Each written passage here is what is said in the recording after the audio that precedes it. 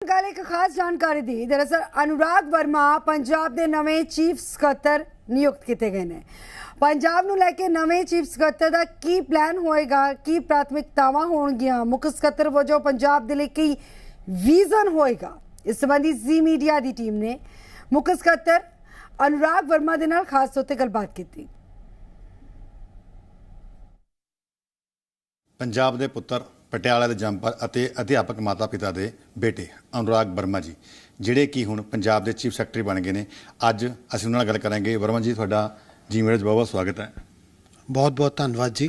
तो सर ਤੁਹਾਡੀਆਂ ਪ੍ਰਾਇਓਰਟੀਜ਼ ਕੀ ਨੇ? ਤੁਸੀਂ ਚੀਫ ਸੈਕਟਰੀ ਬਣੇ ਹੋ, ਸਰਕਾਰ ਦਾ 1.5 ਸਾਲ ਹੋ ਗਿਆ, ਸਰਕਾਰ ਦੀ ਕਾਫੀ ਜ਼ਿਆਦਾ ਕੰਮ ਜਿਹੜੇ ਪਏ ਨੇ, ਤੇ ਤੁਸੀਂ ਉਹਨੂੰ ਚ ਕੀ ਪ੍ਰਾਇਓਰਟੀ ਸਮਝਦੇ ਹੋ ਆਪਣੀ?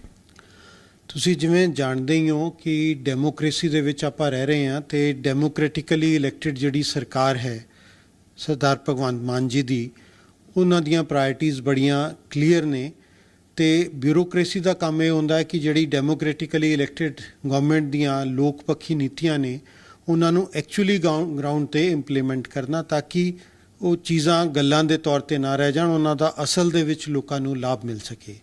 ਸੀਐਮ ਸਾਹਿਬ ਨੇ ਆਪਣੀਆਂ ਪ੍ਰਾਇਰਟੀਜ਼ ਬੜੀਆਂ ਕਲੀਅਰ ਕੀਤੀਆਂ ਹੋਈਆਂ ਨੇ। ਸਿਹਤ ਉਹਨਾਂ ਦਾ, ਸਿਹਤ ਸੇਵਾਵਾਂ ਦੇਣਾ ਪਬਲਿਕ ਨੂੰ ਉਹਨਾਂ ਦੀ ਬਹੁਤ ਵੱਡੀ ਪ੍ਰਾਇਰਟੀ ਹੈ। ਐਜੂਕੇਸ਼ਨ ਸਿਸਟਮ ਦੇ ਵਿੱਚ ਸੁਧਾਰ ਕਰਨਾ, ਇੱਕ ਸਾਫ਼ ਸੁਥਰਾ ਕਰਪਸ਼ਨ ਫਰੀ ਪ੍ਰਸ਼ਾਸਨ ਦੇਣਾ ਉਹਨਾਂ ਦੀ ਪ੍ਰਾਇਰਟੀ ਹੈ। ਰਾਜ ਵਿੱਚ ਅਮਨ ਤੇ ਕਾਨੂੰਨ ਦੀ ਸਥਿਤੀ ਮੇਨਟੇਨ ਕਰਨਾ ਉਹਨਾਂ ਦੀ ਬਹੁਤ ਇੰਪੋਰਟੈਂਟ ਪ੍ਰਾਇਰਟੀ ਹੈ। ਤੇ ਇਹ ਸਾਰੇ ਹੀ ਏਰੀਆਜ਼ ਜਿਹੜੇ ਸੀਐਮ ਸਾਹਿਬ ਦੀ ਪ੍ਰਾਇਰਟੀ ਨੇ, ਮੇਰੀ ਉਪਰਾਲਾ ਰਹੇਗਾ ਕਿ ਮੈਂ ਆਪਣੀ ਅਫਸਰਾਂ ਦੀ ਟੀਮ ਦੇ ਨਾਲ ਮਿਲ ਕੇ, ਬਹੁਤ ਵੱਡੀ ਅਫਸਰਾਂ ਦੀ ਮੁਲਾਜ਼ਮਾਂ ਦੀ ਟੀਮ ਹੈ, ਜਿਹੜਾ ਸਾਡਾ ਬਹੁਤ ਵੱਡਾ ਪਰਿਵਾਰ ਹੈ, ਕਿ ਅਸੀਂ ਸਾਰੇ ਮਿਲ ਕੇ ਜਿਹੜੀਆਂ ਇਹ ਸੀਐਮ ਸਾਹਿਬ ਦੀਆਂ ਪ੍ਰਾਇਰਟੀਜ਼ ਨੇ ਇਹਨਾਂ ਨੂੰ ਗਰਾਊਂਡ ਤੇ ਇਫੈਕਟਿਵਲੀ ਇੰਪਲੀਮੈਂਟ ਕਰਾਂਗੇ। ਸਰ ਇੱਕ ਸੀਗਾ ਕਿ ਆਉਣ ਵਾਲੇ ਟਾਈਮ ਦੇ ਵਿੱਚ ਜਿਹੜੇ ਹੈਗੇ ਨੇ ਸਕੂਲ ਆਫ ਐਮੀਨੈਂਸ ਹੈਗੇ ਨੇ, ਉਹਨਾਂ ਦੀ ਸੰਖਿਆ ਵਧਾਈ ਜਾ ਰਹੀ ਹੈ ਔਰ ਹੋਰ ਜਿਹੜੇ ਮੁਹੱਲਾ ਖੋਲ੍ਹੇ ਜਾ ਰਹੇ ਨੇ, ਉਸ ਨੂੰ ਲੈ ਕੇ ਤੁਹਾਡਾ ਕੀ ਵਿਜ਼ਨ ਹੈਗਾ ਕਿ ਤੁਸੀਂ ਕਿਸ ਤਰ੍ਹਾਂ ਚਾਹੁੰਦੇ ਕਿ ਇਹ ਲੋਕਾਂ ਤੱਕ ਹੋਰ ਇਹਦਾ ਫਾਇਦਾ ਪਹੁੰਚੇ? ਜਿਹੜੇ ਸੀਐਮ ਸਾਹਿਬ ਦੇ ਇਹ ਦੋ ਮੇਨ ਪੈਟ ਪ੍ਰੋਜੈਕਟ ਨੇ, ਮੁਹੱਲਾ ਕਲੀਨਿਕਸ ਤੇ ਸਕੂਲ ਆਫ ਐਮੀਨੈਂਸ, ਤੁਸੀਂ ਸਮਝਦੇ ਹੋ ਕਿ ਇਹ ਪਬਲਿਕ ਦੇ ਲਈ ਬਹੁਤ ਮਹੱਤਵਪੂਰਨ ਚੀਜ਼ਾਂ ਨੇ। ਇੱਕ ਆਮ ਮਿਡਲ ਕਲਾਸ ਜਾਂ ਗਰੀਬ ਆਦਮੀ ਦੀ ਸਭ ਤੋਂ ਮੁੱਖ ਲੋੜ ਹੁੰਦੀ ਹੈ ਕਿ ਜੇ ਉਹਨੂੰ ਕੋਈ ਸਿਹਤ ਸੇਵਾਵਾਂ ਦੀ ਲੋੜ ਹੈ ਤਾਂ ਉਹਨੂੰ ਮੁਫਤ ਜਾਂ ਸਸਤੇ ਭਾਅ 'ਤੇ ਮਿਲ ਸਕਣ। ਉਹਦੇ ਬੱਚਿਆਂ ਦੀ ਸਿੱਖਿਆ, ਵਧੀਆ ਕੁਆਲਿਟੀ ਦੀ ਸਿੱਖਿਆ ਮਿਲ ਸਕੇ, ਤਾਂ ਕਿ ਉਹ ਇੱਕ ਜਿਹੜਾ ਬਹੁਤ ਅੱਛਾ ਦੇਸ਼ ਦੇ ਲਈ ਹਿਊਮਨ ਰਿਸੋਰਸ ਬਣ ਸਕਣ। ਤਾਂ ਸੀਐਮ ਸਾਹਿਬ ਨੇ ਇਹਨਾਂ ਦੋਨਾਂ ਏਰੀਆਜ਼ ਨੂੰ ਆਪਣਾ ਪ੍ਰਾਇਰਟੀ 'ਤੇ ਰੱਖਿਆ ਹੈ। ਇਹਨਾਂ ਦੋਨਾਂ ਏਰੀਆਜ਼ ਪਿਛਲੇ ਸਾਲ ਬਹੁਤ ਕੰਮ ਹੋਇਆ, ਬਟ ਇਸ ਨੂੰ ਹੋਰ ਵੀ ਜ਼ਿਆਦਾ ਇਫੈਕਟਿਵ ਤਰੀਕੇ ਨਾਲ ਤੇ ਹੋਰ ਜ਼ਿਆਦਾ ਫੈਲਾਉਣ ਦਾ ਅਸੀਂ ਹੈਲਥ ਡਿਪਾਰਟਮੈਂਟ ਤੇ ਐਜੂਕੇਸ਼ਨ ਡਿਪਾਰਟਮੈਂਟ ਦੇ ਨਾਲ ਮਿਲ ਕੇ ਉਪਰਾਲਾ ਕਰਾਂਗੇ। ਜਿਹੜੇ ਲੋਕ ਇਹ ਸੇਵਾਵਾਂ ਇਸਤੇਮਾਲ ਕਰ ਰਹੇ ਨੇ ਉਹਨਾਂ ਤੋਂ ਫੀਡਬੈਕ ਲਵਾਂਗੇ। ਜਿਹੜੇ ਸਾਡੇ ਕਰਮਚਾਰੀ ਇਹ ਸੇਵਾਵਾਂ ਦੇ ਰਹੇ ਨੇ ਉਹਨਾਂ ਦੇ ਨਾਲ ਇੰਟਰੈਕਟ ਕਰਕੇ ਦੇਖਾਂਗੇ ਕਿ ਇਹਨਾਂ ਸੇਵਾਵਾਂ ਨੂੰ ਹੋਰ ਜ਼ਿਆਦਾ ਕਾਰਗਰ ਤਰੀਕੇ ਦੇ ਨਾਲ ਕਿਵੇਂ ਅਸੀਂ ਦਿੱਤਾ ਜਾ ਰਿਹਾ ਹੈ, ਤਾਂ ਕਿ ਪਬਲਿਕ ਨੂੰ ਇਹਨਾਂ ਸੇਵਾਵਾਂ ਦਾ ਵੱਧ ਤੋਂ ਵੱਧ ਲਾਭ ਮਿਲੇ। ਤੁਸੀਂ ਪ੍ਰਮੁੱਖ ਸਕੱਤਰ ਹੋਮਜ਼ ਅਤੇ ਵਿਜੀਲੈਂਸ ਬਿਊਰੋ ਵੀ ਹੈਗੇ ਨੇ, ਤੇ ਉਹਦੇ ਵਿੱਚ ਸਰਕਾਰ ਦਾ ਜਿਹੜਾ ਵਿਜ਼ਨ ਸੀਗਾ ਕਿ 0% ਜਿਹੜੀ ਹੈਗੀ ਹੈ, 0 ਟੋਲਰੈਂਸ ਹੈਗੀ ਆਪਣੀ ਕਰਪਸ਼ਨ ਨੂੰ ਲੈ ਕੇ, ਤੇ ਉਹ ਜਿਹੜਾ ਅਭਿਆਨ ਹੈਗਾ ਉਹ ਇੱਦਾਂ ਹੀ ਚੱਲਦਾ ਰਹੇਗਾ? ਤੇ ਉਹਦੇ ਵਿੱਚ ਤਾਲਮੇਲ ਕਿੱਦਾਂ ਬਿਠਾਓਗੇ ਤੁਸੀਂ ਆਫਿਸਰਸ ਔਰ ਜਿਹੜੇ ਹੈਗੇ ਨੇ ਵਿਜੀਲੈਂਸ ਦੇ ਵਿੱਚ? ਜਿੱਥੇ ਤੱਕ ਕਰਪਸ਼ਨ ਰੋਕਣਾ ਹੈ, ਇਸ ਬਾਰੇ ਕੋਈ ਵੀ ਦੋ ਰਾਏ ਨਹੀਂ ਹੋ ਸਕਦੀ ਕਿ ਕਰਪਸ਼ਨ ਸਾਡਾ ਇੱਕ ਘੁਣ ਦੀ ਤਰ੍ਹਾਂ ਸਾਡੇ ਸਮਾਜ ਨੂੰ ਖਾ ਰਿਹਾ ਹੈ ਤੇ ਇਸ ਨੂੰ ਖਤਮ ਕਰਨਾ ਲਾਜ਼ਮੀ ਹੈ। ਇਹ ਬਿਲਕੁਲ ਅਨਐਕਸੈਪਟੇਬਲ ਹੈ ਕਿ ਕਿਸੇ ਸਰਕਾਰ ਦੇ ਕਿਸੇ ਵੀ ਦਫ਼ਤਰ ਦੇ ਵਿੱਚ ਕਰਪਸ਼ਨ ਹੋਏ। ਤਾਂ ਕਰਪਸ਼ਨ ਰੋਕਣ ਦੇ ਲਈ ਜਿਹੜੀ ਸੀਐਮ ਸਾਹਿਬ ਨੇ ਮੁਹਿੰਮ ਵਿੱਢੀ ਹੈ, ਉਹਨੂੰ ਅਮਲੀ ਜਾਮਾ ਬਣਾਉਣ ਲਈ ਮੇਰਾ ਟੂ ਪ੍ਰੋਂਗਡ ਅਪਰੋਚ ਰਹੇਗੀ। ਇੱਕ ਤਾਂ ਜਦ ਮੈਂ ਸਪੈਸ਼ਲ ਸੈਕਟਰੀ ਰੈਵਨਿਊ ਸੀ ਤਾਂ ਅਸੀਂ ਲੈਂਡ ਰਿਕਾਰਡ ਨੂੰ ਕੰਪਿਊਟਰਾਈਜ਼ ਕੀਤਾ ਸੀ। ਬਹੁਤ ਯਤਨ ਕਰਕੇ ਮੈਂ ਆਪਣੀ ਇੰਜੀਨੀਅਰਿੰਗ ਦੀ ਪੜ੍ਹਾਈ ਦਾ ਫਾਇਦਾ ਚੱਕ ਕੇ ਫਰਦ ਕੇਂਦਰ ਬਣਾਏ ਸੀ ਤੇ 12,000 ਚੋਂ ਮੈਂ ਆਪਣੇ ਟੈਨਿਓਰ ਦੇ ਵਿੱਚ ਲਗਭਗ 10,000 ਪਿੰਡਾਂ ਦਾ ਰਿਕਾਰਡ ਕੰਪਿਊਟਰਾਈਜ਼ ਕਰਤਾ ਸੀ। ਤਾਂ ਜਦ ਇੱਕ ਵਾਰੀ ਰਿਕਾਰਡ ਕੰਪਿਊਟਰਾਈਜ਼ ਹੋ ਗਿਆ ਤਾਂ ਤੁਹਾਨੂੰ ਆਪਣੀ ਫਰਦ ਲੈਣ ਦੇ ਲਈ ਪਟਵਾਰੀ ਕੋਲ ਜਾਣ ਦੀ ਲੋੜ ਨਹੀਂ ਹੈ। ਕੁਝ ਕੰਮਾਂ ਲਈ ਜਾਣਾ ਪਏਗਾ, ਬਟ ਜੇ ਕੇਵਲ ਤੁਸੀਂ ਆਪਣੀ ਫਰਦ ਚੈੱਕ ਹੀ ਕਰਨੀ ਹੈ 6 ਮਹੀਨੇ ਬਾਅਦ ਕਿ ਮੇਰੀ ਕਿਸੇ ਰਿਕਾਰਡ ਦੇ ਨਾਲ ਕਿਸੇ ਨੇ ਕੋਈ ਟੈਂਪਰਿੰਗ ਕੋਈ ਧੋਖਾਧੜੀ ਤਾਂ ਨਹੀਂ ਕੀਤੀ, ਤਾਂ ਤੁਸੀਂ ਸਿੰਪਲੀ ਆਪਣਾ ਇੰਟਰਨੈਟ ਤੇ ਜਾ ਕੇ ਚਾਹੇ ਤੁਸੀਂ NRI ਹੋ ਆਪਣਾ ਰਿਕਾਰਡ ਚੈੱਕ ਕਰ ਸਕਦੇ ਹੋ। ਤਾਂ ਉਹ ਜਦ ਸਿਸਟਮ ਪਟਵਾਰੀ ਦੀ ਪਕੜ ਤੋਂ ਬਾਹਰ ਹੀ ਹੋ ਗਿਆ, ਰਿਕਾਰਡ ਇੰਟਰਨੈਟ ਤੇ ਆ ਗਿਆ, ਤਾਂ ਕਰਪਸ਼ਨ ਦਾ ਉੱਥੇ ਸਕੋਪ ਹੀ ਖਤਮ ਹੋ ਗਿਆ। ਤਾਂ ਬਹੁਤ ਸਾਰੀਆਂ ਸੇਵਾਵਾਂ ਨੇ ਜਿਨ੍ਹਾਂ ਦੀ ਬਿਜ਼ਨਸ ਪ੍ਰੋਸੈਸ ਰੀ-ਇੰਜੀਨੀਅਰਿੰਗ ਕੀਤੀ ਜਾ ਸਕਦੀ ਹੈ, ਜਿਹਦੇ ਨਾਲ ਜਿਹੜਾ ਪਬਲਿਕ ਸਰਵੈਂਟ ਦੇ ਨਾਲ ਇੰਟਰਫੇਸ ਹੈ ਉਹ ਬਹੁਤ ਮਿਨੀਮਾਈਜ਼ ਹੋ ਜਾਏਗਾ। ਉਸ 'ਤੇ ਅਸੀਂ ਕੰਮ ਕਰਾਂਗੇ ਤਾਂ ਜੋ ਕਰਪਸ਼ਨ ਦਾ ਸਕੋਪ ਹੀ ਘਟ ਜਾਵੇ। ਦੂਸਰਾ, ਜਿਹੜੀ ਅੱਜ ਤੱਕ CM ਸਾਹਿਬ ਨੇ ਮੁਹਿੰਮ ਚਲਾਈ ਹੋਈ ਆ ਉਹ ਉਨੀ ਹੀ ਇਫੈਕਟਿਵਨੈਸ ਦੇ ਨਾਲ ਲਾਗੂ ਰਹੇਗੀ। ਜਿੱਥੇ ਕਿਤੇ ਆਫਿਸਰਸ ਕੋਈ ਫੀਲ ਕਰਦੇ ਨੇ ਉਹਨਾਂ ਦੇ ਨਾਲ ਧੱਕਾ ਹੋ ਰਿਹਾ ਹੈ, ਕਿਤੇ ਉਹਨਾਂ ਨਾਲ ਧੱਕਾ ਕੀਤਾ, ਉੱਥੇ ਇੰਡੀਪੈਂਡੈਂਟ ਮੈਕੈਨਿਜ਼ਮ ਸਰਕਾਰ ਦੇ ਬਣੇ ਹੋਏ ਨੇ। ਉਹਨਾਂ ਇੰਡੀਪੈਂਡੈਂਟ ਮੈਕੈਨਿਜ਼ਮਸ ਨੂੰ ਲਾਗੂ ਕਰਕੇ ਇਹ ਇਨਸ਼ੋਰ ਕੀਤਾ ਜਾਵੇਗਾ ਕਿ ਕੋਈ ਕਰਪਟ ਬੰਦਾ ਬਖਸ਼ਿਆ ਨਾ ਜਾਵੇ ਤੇ ਕਿਸੇ ਇਨੋਸੈਂਟ ਬੰਦੇ ਨਾਲ ਕੋਈ ਧੱਕਾ ਨਾ ਹੋਵੇ। ਤੇ ਜੋ ਚੀਫ ਸੈਕਟਰੀ ਹੁੰਦੇ ਆ ਉਹ ਸੈਂਟਰ ਔਰ ਪੰਜਾਬ ਸਰਕਾਰ ਦੀ ਕੜੀ ਦਾ ਪੁਲ ਦਾ ਕੰਮ ਕਰਦੇ ਆ। ਤਾਂ ਜੋ ਫੰਡਸ ਦੀ ਆਪਾਂ ਗੱਲ ਕਰਦੇ ਹਾਂ, ਕਈ ਵਾਰੀ ਫੰਡਸ ਜਿਹੜੀਆਂ ਸਕੀਮਾਂ ਚੱਲਦੀਆਂ ਨੇ ਸੈਂਟਰ ਤੋਂ ਆਉਂਦੀਆਂ ਨੇ ਉਹਨੂੰ ਜਿਹੜੀ ਹੈਗੀ ਰੋਕ ਲਿਆ ਜਾਂਦਾ ਹੈਗਾ, ਤੇ ਇਹਨੂੰ ਤੁਸੀਂ ਕਿਸ ਤਰ੍ਹਾਂ ਮਤਲਬ ਕਿ ਇਸ ਚੀਜ਼ ਨੂੰ ਜਿਹੜੀ ਹੈਗੀ ਖਾਈ ਨੂੰ ਕਿੱਦਾਂ ਪੂਰੀ ਕਰੋਗੇ? ਜਿਹੜਾ ਬਿਊਰੋਕ੍ਰੈਟਿਕ ਲੈਵਲ ਤੇ ਇੰਟਰੈਕਸ਼ਨ ਹੁੰਦਾ ਹੈ ਚੀਫ ਸੈਕਟਰੀ ਤੇ ਜਿਹੜੇ ਡਿਫਰੈਂਟ ਐਡਮਿਨਿਸਟ੍ਰੇਟਿਵ ਸੈਕਟਰੀਜ਼ ਨੇ, ਉਹ ਜਿਹੜੇ ਭਾਰਤ ਸਰਕਾਰ ਦੇ 25-30 ਮਹੱਤਵਪੂਰਨ ਮਹਿਕਮੇ ਨੇ ਉਹਨਾਂ ਦੇ ਨਾਲ ਲਿਖਤੀ ਪੜਤੀ ਕਰਦੇ ਨੇ, ਉਹਨਾਂ ਦੇ ਨਾਲ ਮੀਟਿੰਗਸ ਕਰਦੇ ਨੇ।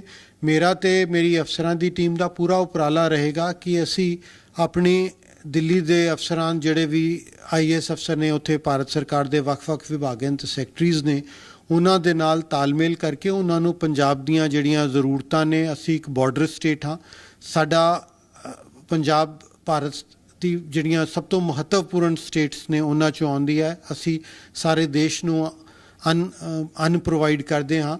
ਤਾਂ ਅਸੀਂ ਆਪਣੀਆਂ ਜਿਹੜੀਆਂ ਵੀ ਜ਼ਰੂਰਤਾਂ ਨੇ ਅਸੀਂ ਆਪਣਾ ਦਿੱਲੀ ਦੇ ਆਫਿਸਰਸ ਨੂੰ ਮਿਲ ਕੇ ਉਹਨਾਂ ਨੂੰ ਕਨਵਿੰਸ ਕਰਾਵਾਂਗੇ, ਉਹਨਾਂ ਨੂੰ ਦੱਸਾਂਗੇ ਕਿ ਆਹ ਸਾਡੀਆਂ ਜੈਨੂਇਨ ਰਿਕੁਆਇਰਮੈਂਟਸ ਨੇ, ਅਤੇ ਮੈਨੂੰ ਪੂਰਾ ਵਿਸ਼ਵਾਸ ਹੈ ਕਿ ਅਸੀਂ ਆਪਣੀ ਸਟੇਟ ਦੇ ਲਈ ਵੱਧ ਤੋਂ ਵੱਧ ਫੰਡਸ ਲੈ ਕੇ ਆ ਸਕਾਂਗੇ। ਤੁਸੀਂ ਸਰ ਨਾਰਮਲ ਫੈਮਿਲੀ 'ਚ ਉੱਠ ਕੇ ਮਤਲਬ ਕਿ ਤੁਸੀਂ ਇਲੈਕਟ੍ਰੋਨਿਕ ਐਂਡ ਕਮਿਊਨੀਕੇਸ਼ਨ 'ਚ ਗੋਲਡ ਮੈਡਲਿਸਟ ਦੀ ਡਿਗਰੀ ਕੀਤੀ, ਅਤੇ ਕਦੇ ਸੋਚਿਆ ਸੀਗਾ ਕਿ ਮੈਂ ਜਦ ਚੀਫ ਸੈਕਟਰੀ ਬਣੂੰਗਾ ਅਤੇ ਮੈਂ ਇੱਕ ਆਮ ਲੋਕਾਂ ਲਈ, ਆਮ ਜਿਹੜੇ ਪਰਿਵਾਰ ਨੇ ਉਹਨਾਂ ਲਈ ਕੁਛ ਕਰਨ ਦੀ ਕੋਈ ਸੋਚੀ ਹੋਵੇ? ਇਹ ਮੇਰੇ ਮਾਤਾ ਪਿਤਾ ਦਾ ਆਸ਼ੀਰਵਾਦ ਹੈ ਅਤੇ ਰੱਬ ਦਾ ਬਲੈਸਿੰਗਸ ਨੇ, ਮੈਨੂੰ ਰੱਬ ਦੀ ਮਿਹਰ ਹੈ ਮੇਰੇ 'ਤੇ ਬਹੁਤ ਵੱਡੀ ਕਿ ਉਹਨਾਂ ਨੇ ਮੈਨੂੰ ਇਹ ਮੌਕਾ ਦਿੱਤਾ। ਨੌਕਰੀ ਮੈਂ ਇਸੇ ਲਈ ਜੁਆਇਨ ਕੀਤੀ ਸੀ IAS ਦੀ, ਤਾਂ ਕਿ ਪਬਲਿਕ ਦੀ ਸੇਵਾ ਕਰ ਸਕਾਂ। ਅੱਜ ਜਿਹੜਾ ਮੈਨੂੰ ਰੱਬ ਨੇ ਇਹ ਅਹੁਦਾ ਬਖਸ਼ਿਆ ਹੈ ਤਾਂ ਮੇਰਾ ਪੂਰਾ ਉਪਰਾਲਾ ਰਹੇਗਾ ਕਿ ਸਾਰੇ ਅਫਸਰਾਂ ਨੂੰ ਨਾਲ ਲੈ ਕੇ, ਸਾਰੇ ਪਬਲਿਕ ਦੇ ਲੋਕਾਂ ਨੂੰ ਨਾਲ ਲੈ ਕੇ ਜੋ ਮੈਨੂੰ ਸਮਾਂ ਮਿਲਿਆ ਹੈ ਉਸ 'ਚ ਮੈਂ ਵੱਧ ਤੋਂ ਵੱਧ ਪਬਲਿਕ ਦੀ ਸੇਵਾ ਕਰ ਸਕਾਂ। ਤੁਸੀਂ ਆਪਣੇ ਕਰਮਚਾਰੀ ਜਿਹੜੇ ਤੁਹਾਡੇ ਸਾਰੇ ਪੰਜਾਬ ਦੇ ਕਰਮਚਾਰੀ ਉਹਨਾਂ ਨੂੰ ਕੁਝ ਸੁਨੇਹਾ ਦੇਣਾ ਚਾਹੋਗੇ? ਮੈਂ ਜਿਹੜੇ ਆਪਣੇ ਕਰਮਚਾਰੀ ਸਾਥੀ ਹਾਂ ਉਹਨਾਂ ਨੂੰ ਇਹੀ ਬੇਨਤੀ ਕਰਾਂਗਾ ਕਿ ਮੈਂ ਵੀ ਇੱਕ ਪਬਲਿਕ ਸਰਵੈਂਟ ਹਾਂ, ਤੁਸੀਂ ਵੀ ਸਾਰੇ ਇੱਕ ਪਬਲਿਕ ਸਰਵੈਂਟ ਹੋ।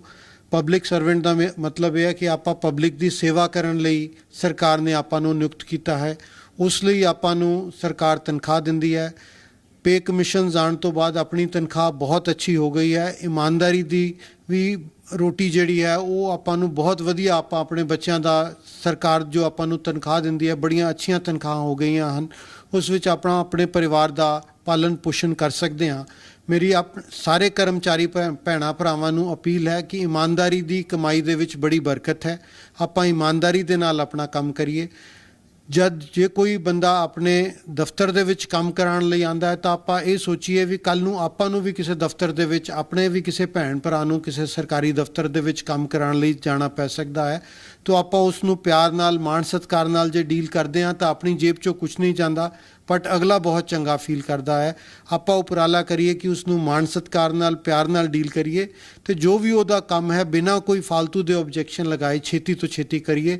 ਅਗਲੇ ਦੀਆਂ ਜਿਹੜੀਆਂ ਅਸੀਸਾਂ ਮਿਲਣਗੀਆਂ ਉਸ ਦੇ ਨਾਲ ਆਪਣੇ ਪਰਿਵਾਰ ਦੀ, ਆਪਣੇ ਬੱਚਿਆਂ ਦੀ ਬਰਕਤ ਮਿਲੇਗੀ। ਜਿਹੜੇ ਮੇਰੇ ਮਾਤਾ ਪਿਤਾ ਨੇ ਚੰਗੇ ਕੰਮ ਕੀਤੇ ਸੀ ਉਹਨਾਂ ਦਾ ਅਸੀਸਾਂ, ਉਹਨਾਂ ਦੀਆਂ ਉਸ ਦੀ ਅਸੀਸਾਂ ਦੇ ਸਦਕਾ ਮੈਂ ਇਸ ਪਦ ਤੱਕ ਪਹੁੰਚਿਆ ਹਾਂ। ਜੇ ਤੁਸੀਂ ਲੋਕਾਂ ਦੇ ਕੰਮ ਨੇਕ ਨੀਤੀ ਨਾਲ ਕਰੋਗੇ ਤਾਂ ਮੈਨੂੰ ਪੂਰੀ ਉਮੀਦ ਹੈ ਕਿ ਜੋ ਤੁਹਾਨੂੰ ਉਹਦੇ ਬਦਲੇ ਅਸੀਸਾਂ ਮਿਲਣਗੀਆਂ ਉਹਦੇ ਨਾਲ ਜਿਹੜਾ ਤੁਸੀਂ, ਤੁਹਾਡੇ ਬੱਚੇ, ਤੁਹਾਡਾ ਪਰਿਵਾਰ, ਉਸ 'ਚ ਬਹੁਤ ਜ਼ਿਆਦਾ ਬਰਕਤ ਆਏਗੀ।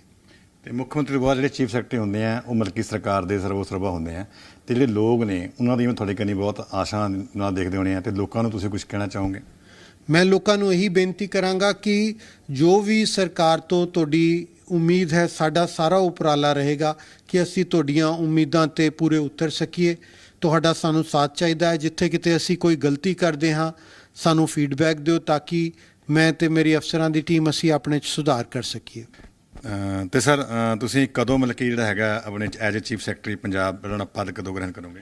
ਮੈਂ 1 ਜੁਲਾਈ ਨੂੰ ਸਰਕਾਰ ਦੇ ਹੁਕਮਾਂ ਦੇ ਮੁਤਾਬਿਕ ਮੁੱਖ ਸਕੱਤਰ ਦਾ ਪਦ ਸੰਭਾਂਗਾ ਜੀ। ਤੇ ਸਰ ਜੀ ਮੀਡੀਆ ਨਾਲ ਗੱਲ ਕਰਨ ਲਈ ਤੁਹਾਡਾ ਬਹੁਤ ਬਹੁਤ ਧੰਨਵਾਦ। ਜ਼ੀ ਮੀਡੀਆ ਦਾ ਬਹੁਤ ਬਹੁਤ ਧੰਨਵਾਦ ਕਿ ਤੁਸੀਂ ਮੈਨੂੰ ਪਬਲਿਕ ਨਾਲ ਆਪਣੇ ਵਿਚਾਰ ਸਾਂਝੇ ਕਰਨ ਦਾ ਮੌਕਾ ਦਿੱਤਾ। ਬਹੁਤ ਬਹੁਤ ਧੰਨਵਾਦ ਜੀ। ਇਹ ਸੀ ਪੰਜਾਬ ਦੇ ਨਵੇਂ ਆਉਣ ਵਾਲੇ ਚੀਫ ਸੈਕਟਰੀ ਅਨੁਰਾਗ ਵਰਮਾ ਜੀ, ਜਿਹੜੇ ਕਿ 2029 ਦੇ ਵਿੱਚ ਰਿਟਾਇਰ ਹੋਣਗੇ। ਪਹਿਲਾਂ ਚੀਫ ਸੈਕਟਰੀ ਮਿਲ ਰਹੇ ਨੇ 1 ਸਾਲ ਲਈ, 2 ਸਾਲ ਲਈ, 3 ਸਾਲ ਲਈ, ਪਰ ਇਹਨਾਂ ਕੋਲ ਬਹੁਤ ਲੰਬਾ ਸਮਾਂ ਹੈਗਾ ਤੇ ਜਿਹਦਾ ਫਾਇਦਾ ਆਉਣ ਵਾਲੇ ਟਾਈਮ ਵਿੱਚ ਲੋਕਾਂ ਨੂੰ ਵੀ ਮਿਲਣਾ ਪੂਰੀ ਤਰ੍ਹਾਂ ਨਾਲ ਸਾਹਮਣੇ ਆਏਗਾ ਕਿ ਉਹਨਾਂ ਨੇ ਕੀ ਕੰਮ ਕਰਨੇ ਨੇ। ਇੰਨੇ ਸਾਲ 'ਚ ਕਿਸੇ ਅਫਸਰ ਨੂੰ ਸਮਝਣ ਵਾਸਤੇ ਬਹੁਤ ਟਾਈਮ ਚਾਹੀਦਾ ਹੁੰਦਾ, ਇਹਨਾਂ ਕੋਲ ਕਾਫੀ ਟਾਈਮ ਹੈ ਤੇ ਲੋਕਾਂ ਨੂੰ ਇਹਨਾਂ ਦੀ ਜਿਹੜੀ ਸਰਵਿਸ ਦਾ ਬਹੁਤ ਫਾਇਦਾ ਆਉਣ ਵਾਲੇ ਟਾਈਮ 'ਚ ਮਿਲੇਗਾ। ਕੈਮਰਾ ਪਰਸਨ ਅਸ਼ਵਨੀ ਨਾਲ ਮਨੋਜ ਜੋਸ਼ੀ, ਜੀ ਮੀਡੀਆ, ਚੰਡੀਗੜ੍ਹ।